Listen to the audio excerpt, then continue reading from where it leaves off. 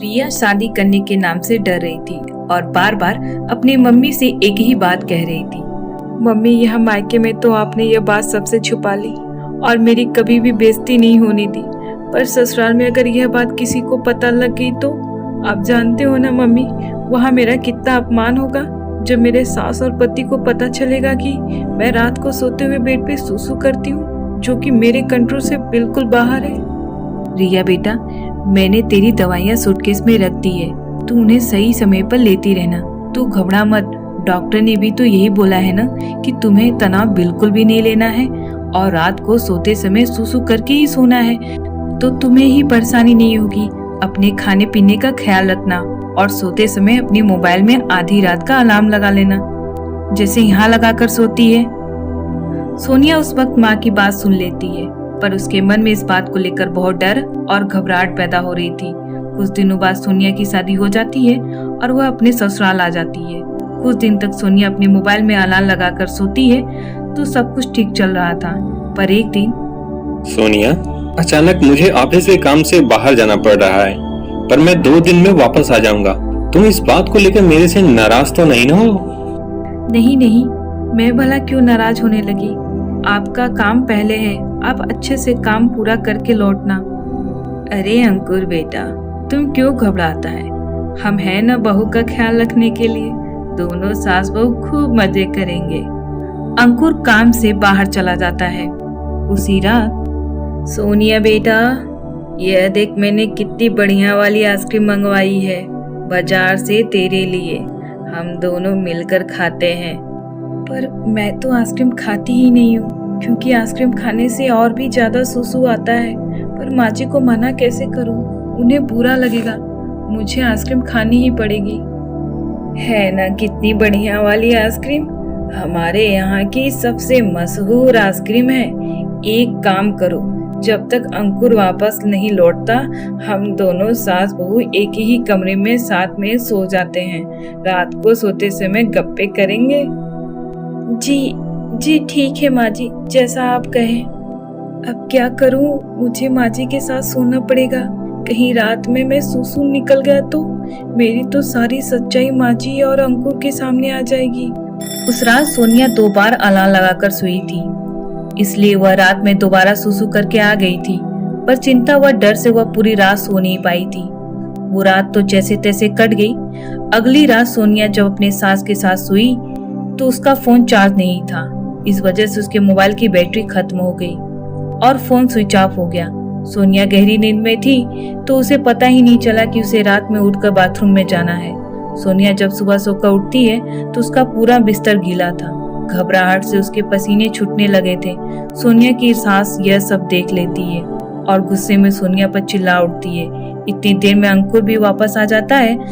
अंकुर बेटा, हम बेड पे सुसु करने वाली बहू ले आए हैं। मुझे तो सचमुच इसे अपनी बहू कहते हुए भी शर्म आ रही है। दुनियादारी और समाज में किसी को पता चल गया तो सब लोग हम पर हंसेंगे। अब मैं इसका क्या करूं? इसके माँ बाप ने भी इसकी ये बात हमसे छुपाया और तो और इसने भी हमसे इतनी बड़ी बात छुपाई। मुझे तो कुछ समझ ही नहीं आ रहा है। मैं तो कहती हूँ इसे अभी के अभी इसके माँ के घर भेज दे। अब तू ही इससे बात कर। माँ, मैं यह बात जानता हूँ। मुझे पता है कि सोनिया को रात में बेड पर सुसु करने की आदत है। क्या तू भी ये बात जानता है और तूने यह बात मुझसे छिपाई? हाँ, आते ही बीवी का गुलाम हो गया। अंकुर जी इस बारे में जानते थे, पर उन्होंने इस बारे में मुझसे कुछ पूछा भी नहीं और गुस्सा भी नहीं किया। पर अंकुर जी को यह बात पता कैसे चली? मैं तो रोजाना अलार्म लगाकर सोती हूँ। माँ, मुझे यह बात उस रात पता चली जिस रात सोनिया बहुत गहरी नींद में थी। अलार्म मैंने ही बंद किया था। तब मैंने देखा सोनिया के आसपास बिस्तर गीला हो रहा था। मैं उसी वक्त समझ गया था। सोनिया, तुम्हें याद होगा उस दिन जब तुम मेरे उठने से पहले तुमने बेडशीट चेंज कर दी थी ताकि मुझे पता ना चले। माँ, आप सोनिया की नजर से सोचें, वो खुद अपनी इस आदत से कितनी शर्मसार होती होगी। शायद ये कई रातें सो भी नहीं पाई। माँ, आप तो जानते हो इस आदत की सबसे बड़ी वजह तनाव है। आप तो खुद कहती हैं किसी भी बीमारी की वजह चिंता होती है, पर माँ, हम कितनी बीमारियों के शिकार होते हैं और उन बीमारियों को ठीक करने के लिए इलाज के साथ साथ अपनों की सहयोग की भी जरूरत होती है।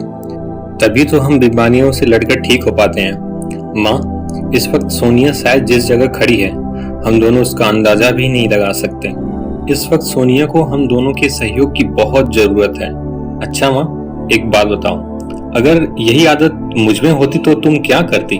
मेरे ठीक होने में मेरी मदद करती या मुझसे गुस्सा होकर मुझे घर से बाहर निकाल देती? माँ, अगर आप सोनिया को इस घर में नहीं रख सकती तो मैं सोनिया को लेकर कहीं और रह लूंगा। अंकुर की बातें सुनकर सोनिया की आंखों में आंसू आ जाते हैं और वह रो पड़ती है। सचमुच अंकुर एक अच्छा पति होने के साथ साथ एक अच्छा इंसान भी था। मुझे माफ कर दे बेटा, अगर तू ये घर छोड़कर चला जाएगा तो मैं किसके सहारे रहूंगी। मुझसे बहुत बड़ी गलती हो गई। सोनिया बहू, मुझे माफ कर दो। बहू, मुझे तुझे समझना चाहिए था, न कि तुम्हारी कमी को ढूंढना चाहिए था। एक माँ होकर भी तुम्हारी परेशानी को समझ नहीं पाई। नहीं माँ जी, आप मेरी माँ हो और एक माँ कभी भी अपने बच्चों से माफी नहीं मांगती। मैं सचमुच कितनी भाग्यशाली हूँ कि मुझे पति के रूप में अंकुर और सास के रूप में आप मिले। सोनिया अपने सास के गले लग जाती है। ये देखकर अंकुर भी बहुत खुश होता है। सोनिया रात में तरल पदार्थ ज्यादा नहीं लेती थी और समय पर सोती थी। सोनिया कभी अलार्म से न उठ पाए तो अंकुर उसे उठा देता था ताकि सोनिया को रात में कोई परेशानी ना हो। सोनिया की सास और अंकुर सोनिया को हमेशा खुश रखते थे। धीरे धीरे अंकुर और सोनिया के सास के सहयोग से सोनिया की यह आदत छूट जाती है।